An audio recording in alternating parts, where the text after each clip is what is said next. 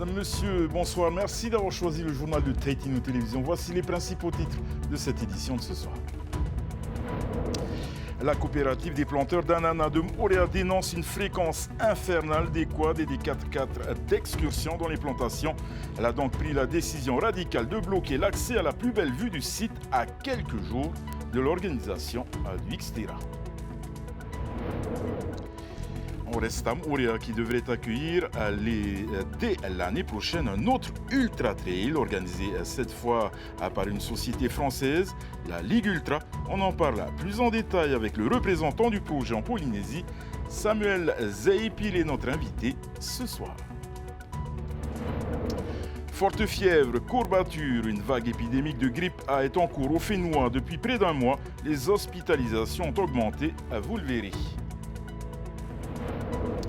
L'aérospatiale lui a ouvert les portes d'une carrière exceptionnelle. À 28 ans, Christopher Onji a décroché sa place chez Ariane. À ce soir, portrait de l'enfant de Rapa qui travaille au sein de l'usine de production chimique du leader européen des lanceurs spatiaux.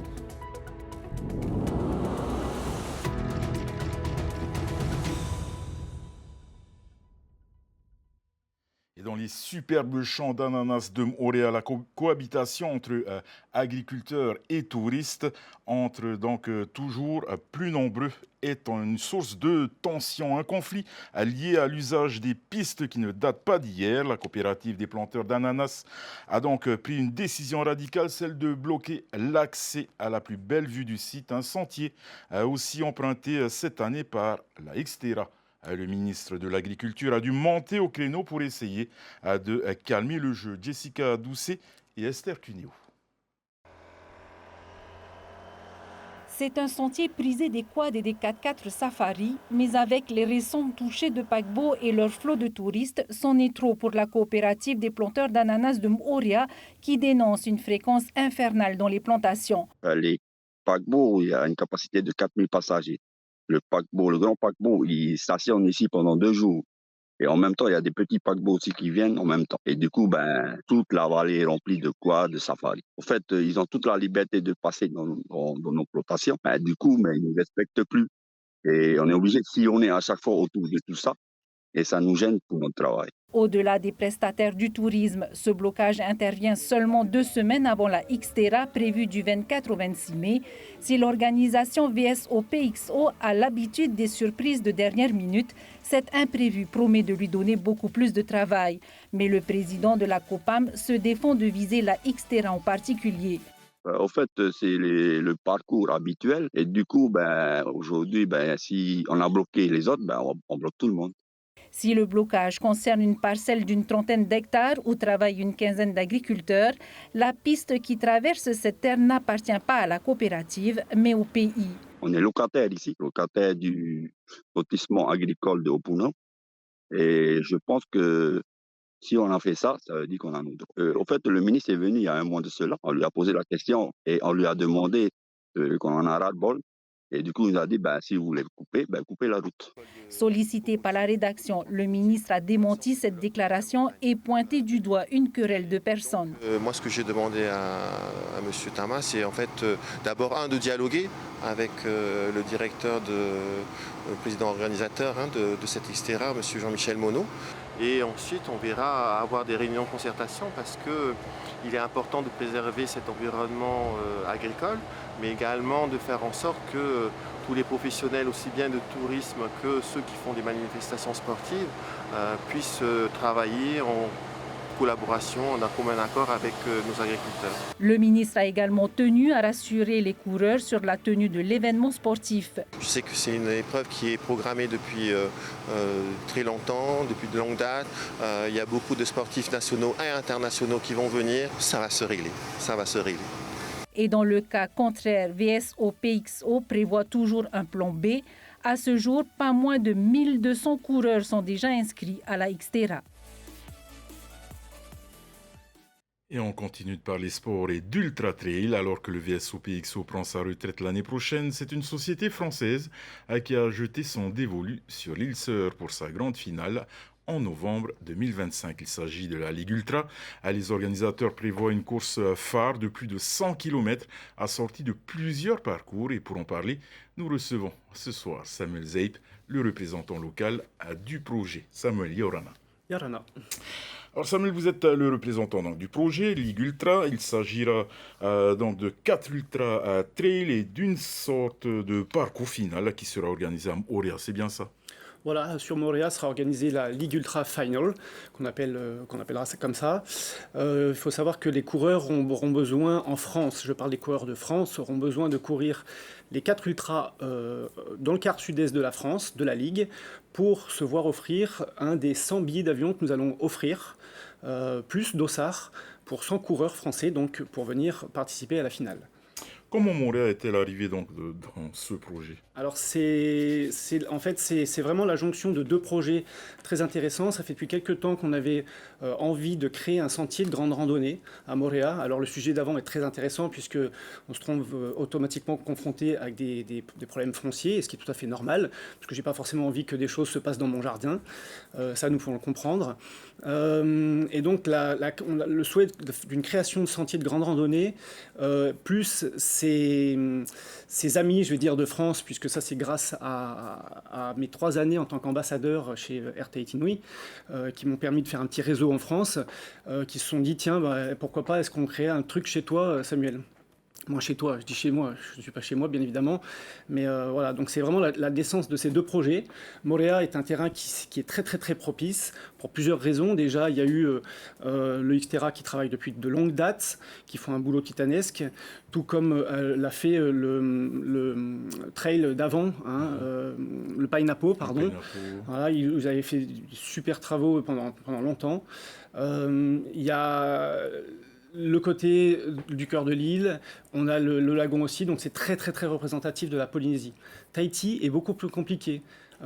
Sur Tahiti même, j'espère qu'à terme, d'ici quelques années, si ça prend bien sur Moorea, j'espère pouvoir le faire sur Tahiti, ce serait très très intéressant. L'Ultra Trail de Moorea, ce sera donc un peu à la cerise sur le gâteau, puisque les 100 meilleurs participants, comme vous le disiez, des 4 Ultra Trails organisés dans l'Hexagone par la Ligue Ultra, se verront offrir leur billet pour le Finnois. Mais l'idée, c'est aussi d'ouvrir cette course extrême à des participants locaux, non? Alors tout à fait, on parle de Ligue Ultra Final parce que ce sera pour les gens de métropole pour gagner leur billet d'avion, parce que pas tous vont se payer un billet d'avion pour venir. La finale ici est ouverte à quiconque, c'est-à-dire que n'importe quel coureur ici pourra s'inscrire, bien évidemment, sur un des formats de course. L'idée, c'est de faire un 110-120 km, de faire à peu près 75 km, de faire un 30 km, de faire et des courses plus petites aussi.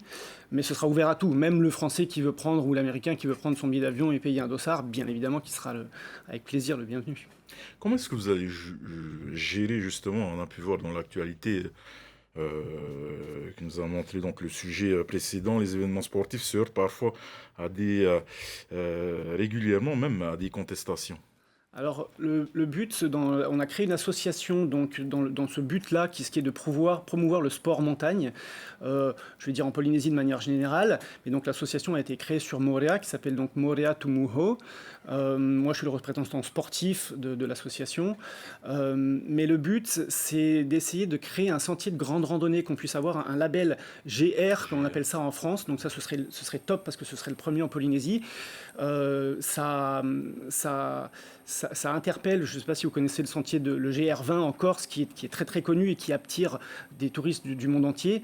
Il faut bien savoir qu'on est quand même en Polynésie, vous Polynésiens, êtes assis sur une mine d'or qui est la montagne. Alors le lagon certes est très très joli, mais la montagne, il y a beaucoup de choses à faire. Donc l'association aimerait pouvoir créer, pouvoir entretenir et pouvoir pérenniser un sentier qui fasse le tour de l'île. Après, avec ça, justement, l'association se voudrait être le porte-garant de ce sentier de grande randonnée. Donc, on aimerait avoir une discussion, bien évidemment, strictement rien ne sera fait sans discussion préalable et sans accord de chaque propriétaire foncier. Ça, c'est hyper important. Voilà, donc on va essayer de montrer tout ce qui est possible et la valeur que ça a, la création de ce sentier-là. Et que si, en cas de problème ou quoi que ce soit, les propriétaires peuvent se retourner si je peux dire ça comme ça, vers l'association et avoir directement quelqu'un à qui parler. Voilà. Donc on a la chance, en tant que présidente d'association, d'avoir Marie-Rose qui est propriétaire foncière du côté de Teavaro et qui est demandeuse de ça et qui a envie qu'un sentier passe par chez elle. Donc, Justement, c'est bénéfique également pour le tourisme, cette labellisation GR. Alors c'est hyper bénéfique parce que encore une fois, les gens viennent en Polynésie, certes pour le lagon, mais on a une montagne qui est luxuriante, qui est fantastique, et le pouvoir avoir un label GR, c'est un label qui est normé. Donc l'idée, c'est aussi de créer, il y aurait déjà 2 campings éventuellement en cours de projet chez des propriétaires qui seraient d'accord et qui ont envie. Donc ça peut... C'est une émulation qui peut se faire. Ça se passe très très très bien à la Réunion, à laquelle je suis allé déjà plusieurs fois pour aller courir la Diagonale des Fous. J'y retourne cette année, mais c'est vraiment une valeur ajoutée en plus. Donc ouais, si on pouvait avoir cette normalisation label GR, ce serait vraiment la cerise sur le gâteau. Ouais. Et ma dernière question pour vous, Samuel, ce projet d'Ultra Trail concurrence-t-il la Xterra ou y a-t-il de la place pour tout le monde? Alors, peut-être que certains voient de la concurrence, absolument pas, dans le sens où on est très pauvre en trail en Polynésie. Il y en a très peu. Le Xterra se passe en mai, nous passons en octobre, donc on est à 6 mois d'intervalle. Les gens sont quand même assez demandeurs. Donc, non, pas du tout. Voilà, on va avoir une super chaîne locale aussi qui va suivre la Ligue Ultra, et donc Canal+, en l'occurrence, pour ne pas la citer, donc qui soutient le projet, et donc on aura des belles images sur Canal+, aussi en France. Merci beaucoup, Samuel Zeip, d'être venu donc sur ce plateau et d'avoir répondu à notre invitation. Merci pour l'invitation. Alors, une épidémie de grippe A touche la Polynésie. En un mois, une 60aine de personnes ont été donc hospitalisées au CHPF du Taoné à cause du virus. Les autorités et les soignants recommandent l'application des gestes barrières, donc notamment à l'approche des Jeux olympiques. Forte fièvre, courbature ou signe ORL, une nouvelle vague épidémique de grippe A est en cours.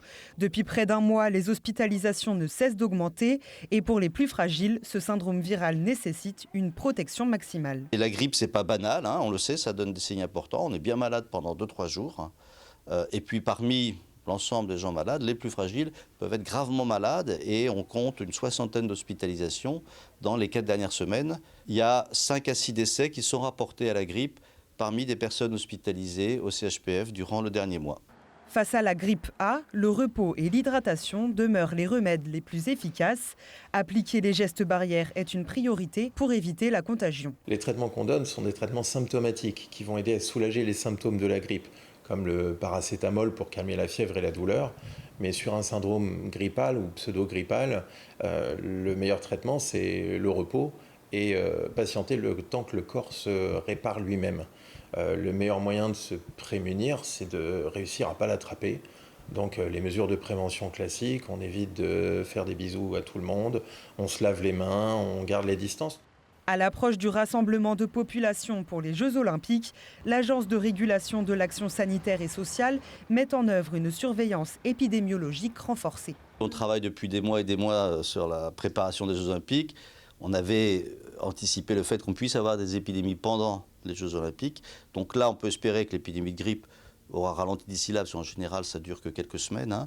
Donc on prend des mesures spécifiques pour la formation des voyageurs, que ce soit les délégations, les voyageurs, il va y avoir la formation avec le tourisme. Et on va être très très vigilant pendant ces Jeux, bien sûr.